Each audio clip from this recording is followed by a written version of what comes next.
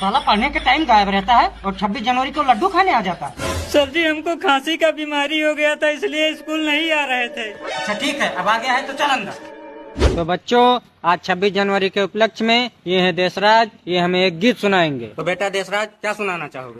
किरिश का सुनने का गाना। ना लाए, किरिश का गाना सुनाएंगे। कोई अच्छा सा गीत सुनाओ।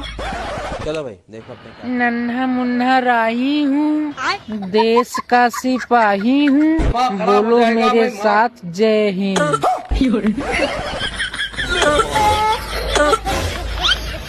सर जी लड्डू कब तक बटेगा? हमको भैंस चराने जाना है।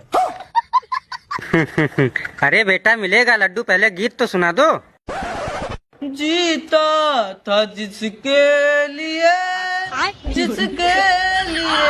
मरता था। सर जी इसको चुप करा दीजिए, मुझे मेरी गर्लफ्रेंड की याद आ रही है। साले तू अबे साले अरे सर जी जल्दी से इसको लड्डू देकर भगाइए, नहीं तो साला पूरे स्कूल में खांसी वायरस फैला देगा। साला पहले तुमको लड्डू देकर भगाए, पूरा माहौल खराब करके रख दिए हो।